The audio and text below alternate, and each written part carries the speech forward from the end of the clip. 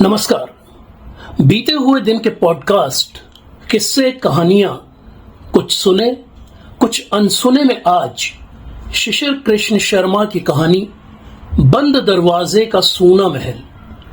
ये कहानी हिंदी पत्रिका पाखी के जून 2011 के अंक में प्रकाशित हुई थी।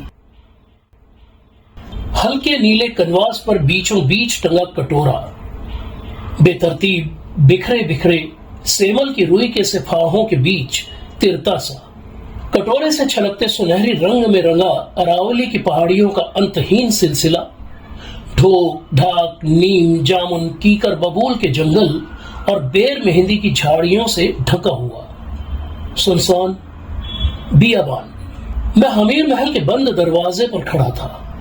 अरावली की एक ऊंची पहाड़ी पर समतल मैदान के एक कोने में सदियों से खड़ा हमीर महल, पत्थर की बनी मजबूत किले नुमा इमारत, बदरंग वीरान और भुतहा। कुछ ही दूरी पर बनी राज परिवार से जुड़े लोगों और सती हुई रानियों की छतरियां। भयावह सिर्फ अंधेरे ही नहीं होते, दिन के उजालों में भी भय छुपा होता है। जब दूर दूर तक सन्नाटा पसरा हो, घने जंगलों के बीच सुनसान पहाड़ी पर आप बिल्कुल अकेले हो।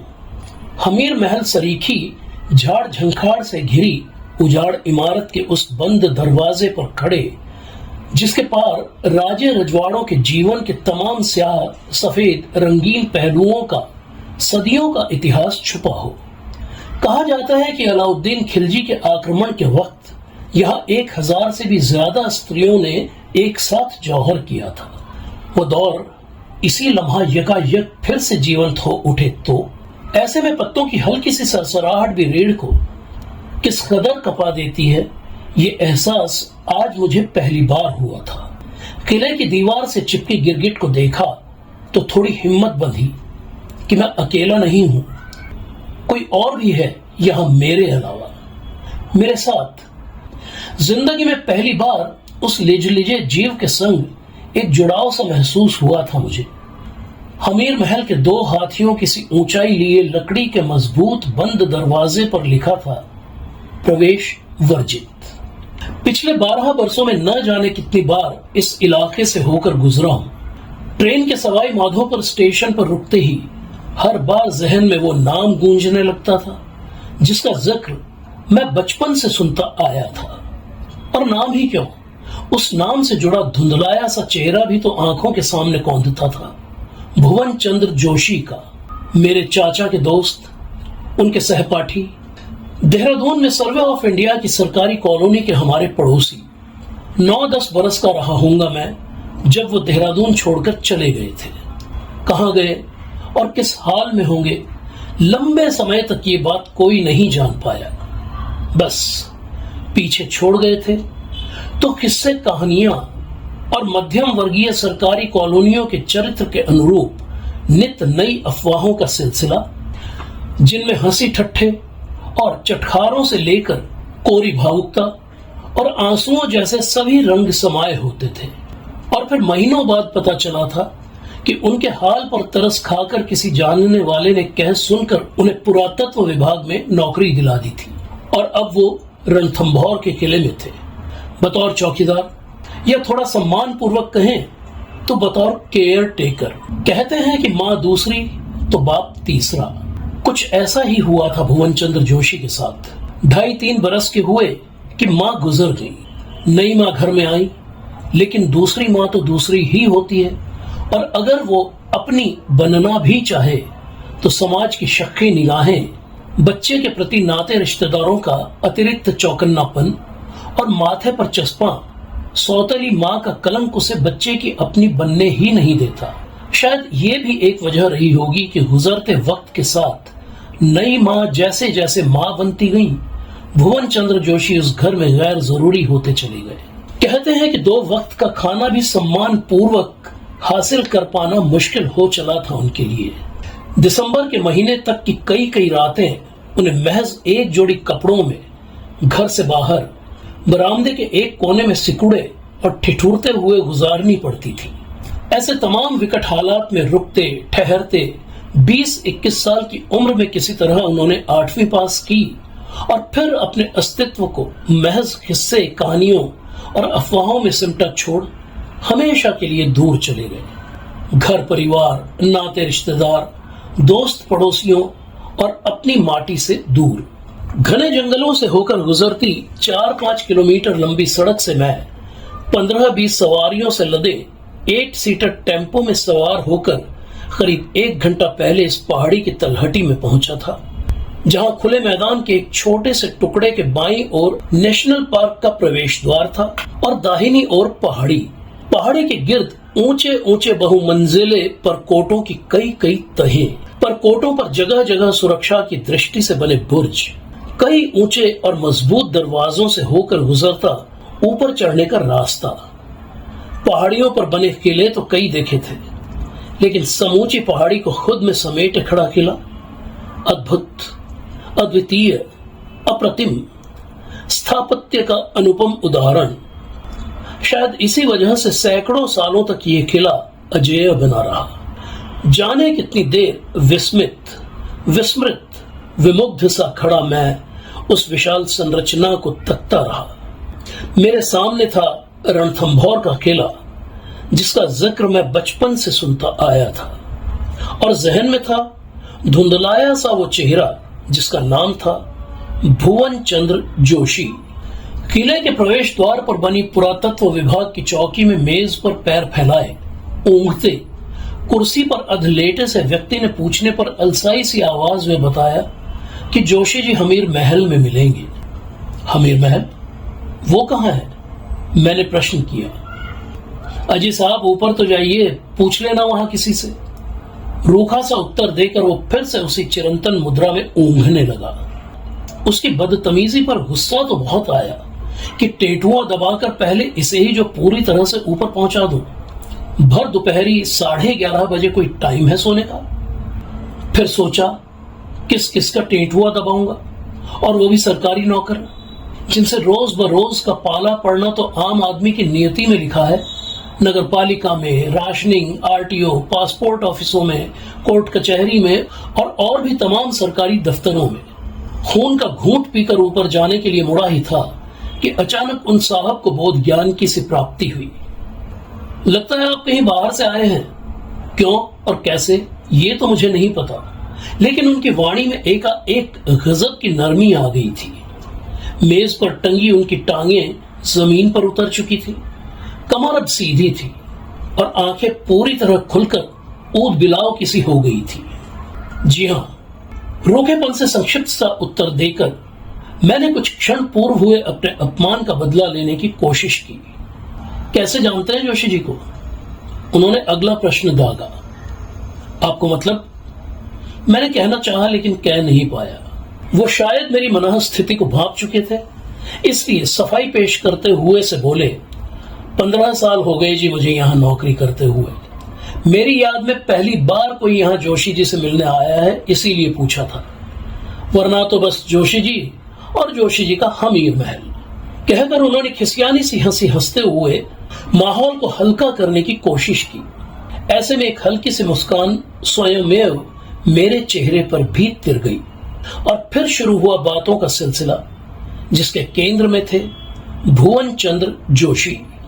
उन साहब के मुताबिक किले के ऊपरी हिस्से में बने हमीर महल के केयर टेकर भुवन चंद्र जोशी का बाहरी दुनिया से संपर्क न के बराबर था। उनके निजी जिंदगी, उनके घर परिवार, उनके नाते रिश्तेदारों के बारे में विभाग के उनके सहकर्मियों तक को ज्यादा कुछ पता नहीं था। हफ्ता 10 दिन में एक बार पीने का पानी लेने और तेल, साबुन, राशन जैसी जरूरी चीजें खरीदने के लिए वो पहाड़ी से नीचे उतरते थे, या फिर तब जब कभी कभार बड़े साहब किले के दौरे पर आते थे। वरना उनकी समूची दुनिया हमीर महल के बंद दरवाजे के भीतर सिमटी हुई थी। वो दरवाजा जिसे पुरातत्व विभाग ने बाहरी दुनिया के लिए मजबूती से बंद किया हुआ था। करीब 25 मिनट लगे थे मुझे पहाड़ी चढ़कर हमीर महल तक पहुंचने में। मन बेहद उद्वेलित था। क्या वो पहचान पाएंगे मुझे? क्या उन्हें याद होंगी 35 साल पुरानी बातें और सर्वे कॉलोनी के वो लोग? कहीं ऐसा तो नहीं कि वो जिंदगी के उस बेहद तकलीफों भरे दौर को जानबूझकर याद ही न करना चाहें और मुझे पहचानने से इनकार कर दें? लेकिन हमीर महल के बंद दरवाजे पर पहुंचते ही ये सवाल कहीं पीछे छूट गए और सामने आ खड़ा हुआ उस वक्त का सबसे अहम सवाल उन तक पहुंच पाने का। जाने महल के किस कोने में होंगे वो।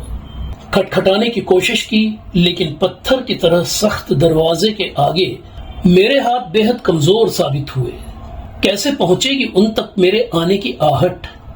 नीचे से ऊपर तक नजर दौड़ाई, लेकिन न तो वहां कोई घंटी थी और न ही सांकल या चटखनी जिससे दरवाजे पर दस्तक दी जा सके। और तभी नजर आया दरवाजे में बना खिड़की नुमा एक और छोटा सा बंद दरवाजा, जिस पर शायद भय और उद्वेलन की वजह से अभी तक मेरा ध्यान नहीं गया था। मैंने आगे बढ़कर उस छोटे दरवाजे पर हाथ रखा ही था कि चर्र की आवाज के साथ वो दरवाजा खुद ब खुद खुल गया। उफ! वीरान महल, चारों ओर पसरा सन्नाटा और पैशाचिक ध्वनि के साथ अपने आप खुलता दरवाजा। सिनेमा के पर्दे पर तो ऐसा होता कई बार देखा था, लेकिन मेरे साथ तो यहां आज ये वास्तव में घटित हो रहा था। मारे भय के कलेजा हलक में उछल आया। लेकिन तभी उस दरवाजे के पीछे मुझे बचपन की यादों में मौजूद वो धुंधलाया सा चेहरा नजर आया।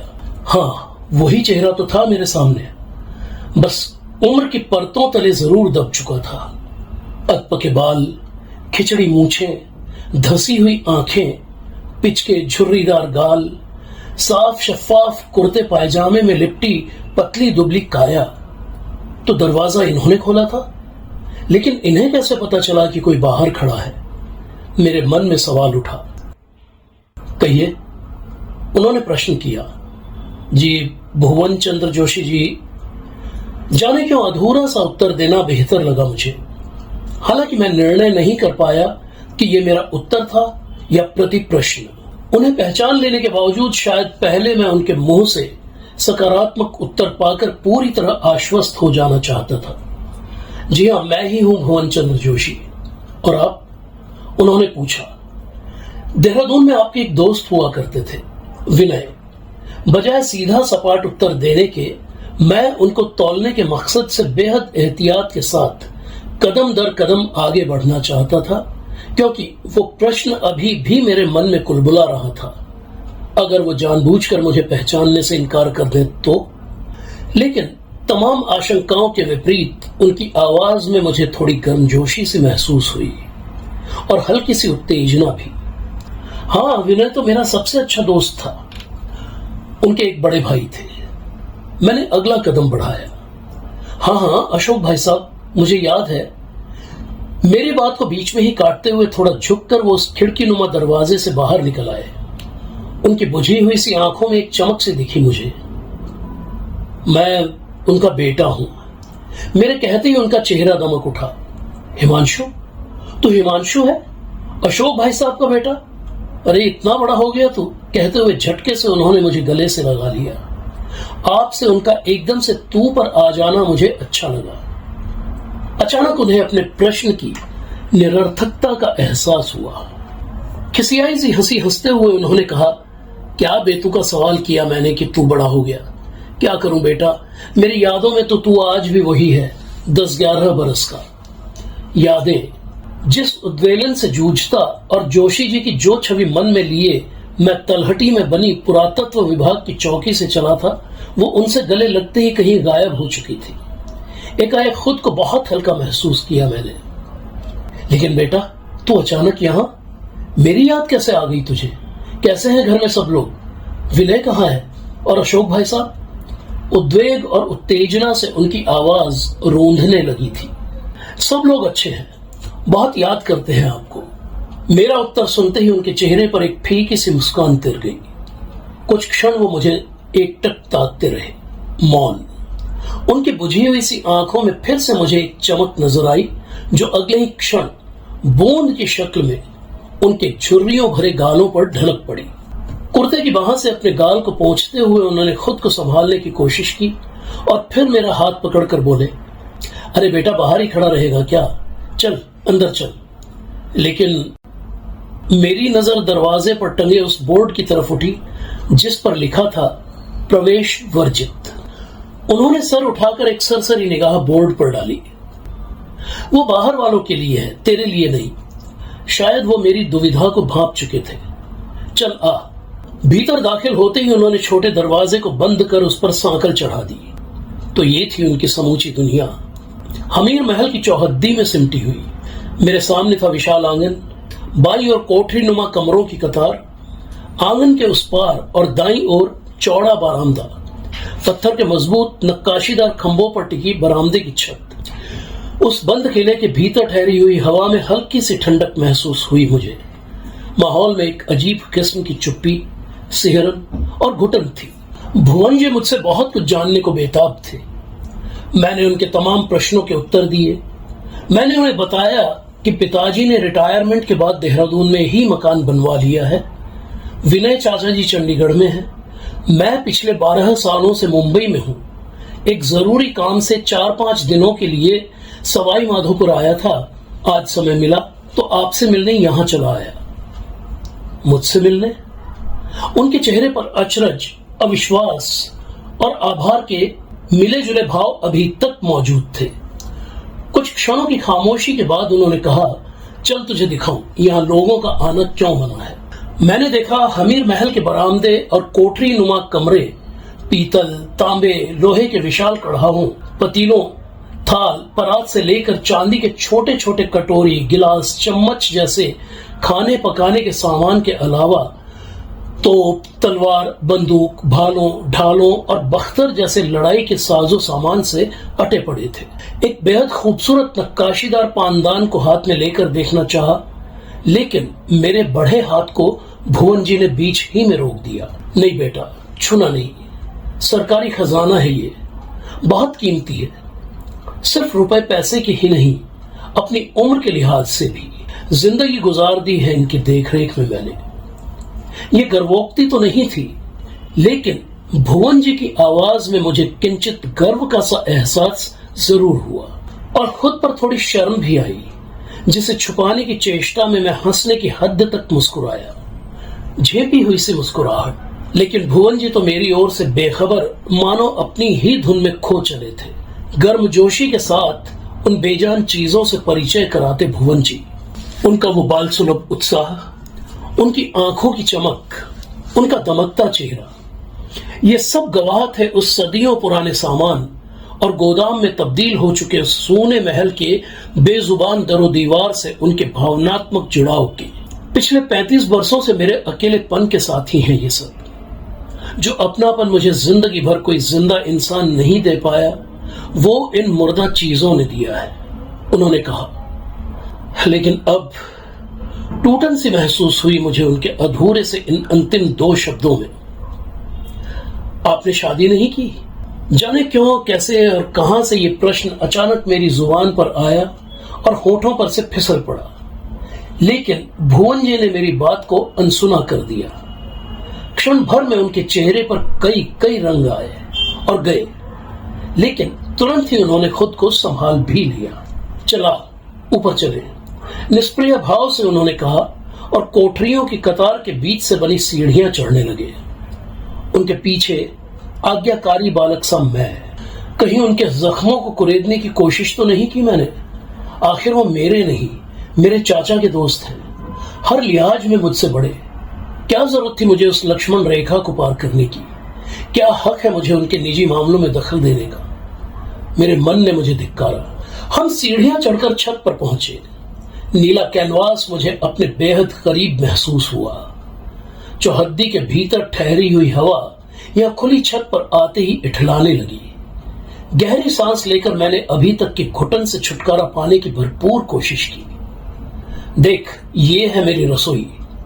भुवन जी मुझे छत पर बने एक हॉलनुमा कमरे में ले आए। ये इनकी रसोई है, इतनी बड़ी कि जिसमें मुंबई का मेरा समूचा फ्लैट समा जाए। लेकिन अभी तो मुझे ताज्जुब में डालने के लिए और भी बहुत कुछ मौजूद था उस रसोई में। एक कोने में बना मिट्टी का चूल्हा, इधर उधर बिखरी सूखी लकड़ियां और झाड़ झंखाड़, दीवार में बने आलों में रखे पतीली, थाली, परात और लोटा गिलास जैसे पीतल के 5-7 बर्तन। आधुनिकता का कोई नामो निशान नहीं। सबसे ज्यादा ताज्जुब मुझे भड्डू को देखकर हुआ।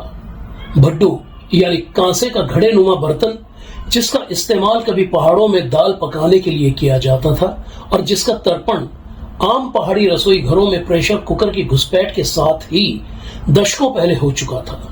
वही भड्डू भुवन जी की रसोई में किसी प्रेत की भांति आज भी मौजूद था। रसोई घर की छत और दीवारें ही नहीं, बर्तन तक धुएं से काले पड़ चुके थे। भरी दोपहरी में भी वहां अंधेरा पसरा हुआ था, कुछ ज्यादा ही स्याह। कमोबेश यही हाल बगल के उस कमरे का भी था जिसमें भुवन जी रहते थे। आकार में रसोई से भी बड़े कमरे में सिर्फ एक छोटी सी खिड़की, जिससे भूली भटकी सी अंदर आती किरणें फर्श पर रोशनी का एक छोटा सा चकत्ता उकेर रही थी। बाकी सब तरफ अंधेरा ही अंधेरा। मैंने उस अंधेरे को टटोलने की कोशिश की। झोला हो चुकी खाट पर लटका हुआ सा गद्दा, उस पर बेतरतीबी से फैला कंबल, खूंटियों पर टंगे 3-4 जोड़ी कुर्ते पायजामे।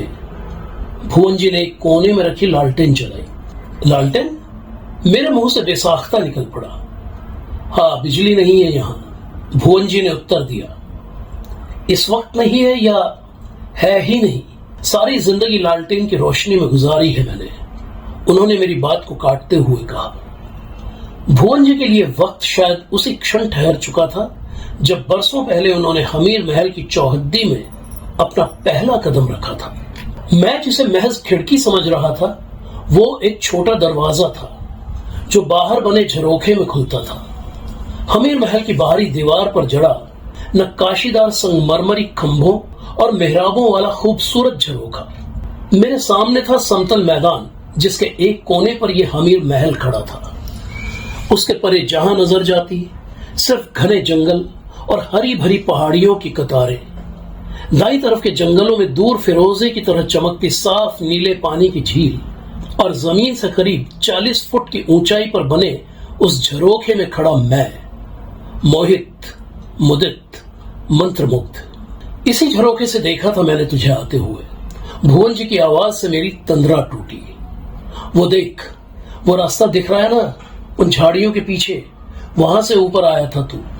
उन्होंने मैदान के बाएं छोर पर बनी छतरियों के गिर्द फैली झाड़ियों की तरफ इशारा किया और बिना पूछे ही मुझे उस प्रश्न का उत्तर मिल चुका था जो महल के दरवाजे पर भुवन जी को देखकर मेरे मन में कौंधा था।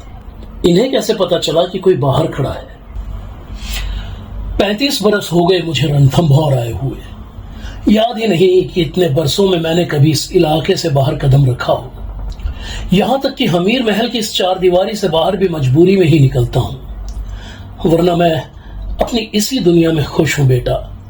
भुवन जी को किसी के साथ अपने मन की बात बांटने का मौका शायद पहली बार मिला था। तो यकीन करेगा, इन 35 बरसों में मैंने अपना सबसे ज्यादा समय इस झरोखे में बिताया है। और आगे उन्होंने जो कुछ कहा उसकी कल्पना मात्र मुझे सेहरा देने को काफी थी। सर्दी, गर्मी, बरसात, घुप अंधेरी रातें, बियाबान पहाड़ी पर किसी पिशाच सा खड़ा बंद दरवाजे का वो सूना महल और जमीन से 40 फुट ऊपर उस झरोखे में रात रात भर अकेले बैठे ट्रांजिस्टर पर पुराने फिल्मी गीत सुनते भुवन चंद्र जोशी। सुनने में तो बहुत रोमानी लगता है ये सब, लेकिन ऐसे भुतहा माहौल में पल भर बिताने के लिए भी पत्थर का सा ठोस कलेजा चाहिए। नहीं, ये किसी सामान्य व्यक्ति के बस की बात तो हो ही नहीं सकती। लेकिन अब फिर वही टूटन, वही अधूरे से शब्द। आखिर कहना क्या चाहते थे वो, जो कह नहीं पा रहे थे? सिर्फ 2 साल और, उसके बाद इस जगह से तमाम रिश्ते एक झटके में तोड़ देने पड़ेंगे मुझे। उनकी आवाज में बेपनाह दर्द था। 2 साल? एक बारगी तो मैं समझ ही नहीं पाया कि उनका मतलब क्या है। फिर अचानक ख्याल आया, कहीं इनका इशारा रिटायरमेंट की तरफ तो नहीं है। क्या सोचा आपने रिटायरमेंट के बाद का? मैंने पूछा। कुछ नहीं, क्या सोचूं? देहरादून जाएंगे? किस लिए? वहां है ही कौन जो मेरे इंतजार में बैठा होगा? फीकी हंसी हंसते हुए उन्होंने कहा। तो फिर? पता नहीं, सच में बेटा मुझे नहीं पता रिटायरमेंट के बाद मैं कहां जाऊंगा। बस इतना जानता हूं कि सरकार मुझे यहां नहीं रहने देगी। एक झटके में मुझे यहां से बेदखल कर दिया जाएगा। मुझे लगा कहीं वो फपक ही न पड़े। करीब 2 घंटे मैंने उनके साथ बिताए। उन्होंने बहुत जिद की कि मैं कम से कम 1 कप चाय तो पीऊं, लेकिन जाने क्यों मैं चाहकर भी उनकी बात नहीं रख पाया। क्यों परेशान करूं? सिर्फ 1 कप चाय के लिए इन्हें चूल्हा जलाना पड़ेगा, और फिर पता नहीं चीनी, पत्ती, दूध भी होगा इनकी रसोई में या नहीं। वैसे भी बड़े बुजुर्ग कहते हैं कि घर अगर बनता है तो स्त्री से, और मैंने चाय के लिए विनम्रता से इनकार करते हुए उनसे विदा ली। वो महल के बंद दरवाजे तक मुझे छोड़ने आए। गले लगाकर उन्होंने मुझसे कहा कि मैं पिताजी और चाचा जी तक उनकी दुआ सलाम जरूर पहुंचा दूं, और कहूं कि भुवन चंद्र जोशी आज भी उन्हें भूले नहीं हैं। हिमांशु, मैं बाहर आकर बामुश्किल 10 कदम चला होऊंगा कि भुवन जी ने मुझे आवाज दी। वापस मुड़ा तो देखा वो भी उस छोटे दरवाजे से होकर महल से बाहर निकल आए थे। जी बेटा, तूने मुझसे एक सवाल किया था ना कि मैंने शादी क्यों नहीं की। तो सुन, मैंने जब कभी औरत के बारे में सोचा तो मीठी यादें लिए सिर्फ एक चेहरा मेरे जहन में उभरा, बिना नैन नक्श का चेहरा, धुंधलाया सा, मेरी मां का चेहरा, जो मुझे इसलिए याद नहीं है क्योंकि मेरे होश संभालने का भी इंतजार नहीं किया था उसने। बहुत जल्दी जो थी उसे भगवान के पास जाने की, लेकिन सारी उम्र का प्यार जरूर उसने उन 2-2.5 बरसों में लुटा दिया था मुझ पर। और उसके बाद मेरे साथ जो कुछ हुआ वो सब तो तुझे लोगों से पता चला ही होगा। इस बात का मैं क्या उत्तर देता, बस मूर्तिवत खड़ा सुनता रहा। बेटा, आज तेरे सवाल ने मजबूर कर दिया था मुझे कि मैं खुद से पूछूं आखिर मैंने शादी क्यों नहीं की, वरना तो मैंने कभी सोचा ही नहीं था इस बारे में। आज सोचना पड़ा तो उत्तर भी आसानी से मिल गया। तो सुन, शादी न करने का ये मेरा फैसला था, मजबूरी नहीं।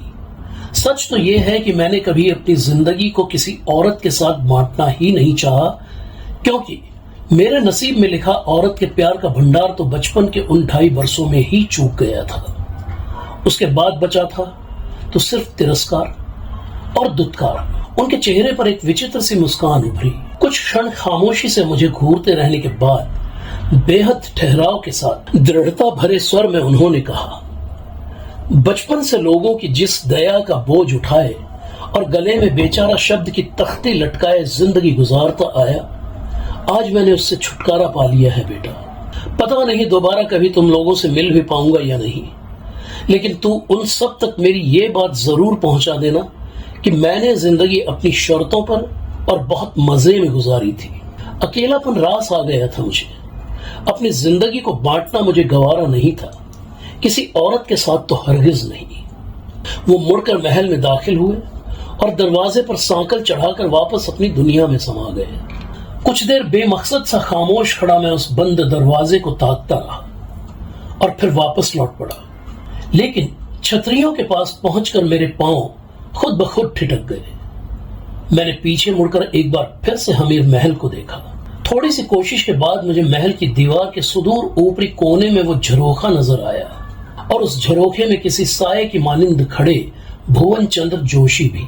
वो भी शायद मुझे ही ताक रहे थे। मुझे लगा नीले कैनवास पर छितराए सेमल की रुई के फाहे उनकी आंखों में उतरकर मोतियों में तब्दील हो चुके हैं। मैं मुड़ा और तेजी से पहाड़ी उतरने लगा। याद ही नहीं उस वक्त मेरे कदम ज्यादा भारी थे या मन। तो ये थी कहानी बंद दरवाजे का सूना महल। कहानीकार शिशिर कृष्ण शर्मा। कहानी बंद दरवाजे का सूना महल का ब्लॉग व्यंग्योपासना का लिंक पॉडकास्ट के इस एपिसोड नंबर 4 के डिस्क्रिप्शन में दिया गया है। तो सुनते रहिए, सुनाते रहिए। बीते हुए दिन का ये पॉडकास्ट किस्से, कहानियां, कुछ सुने कुछ अनसुने। नमस्कार।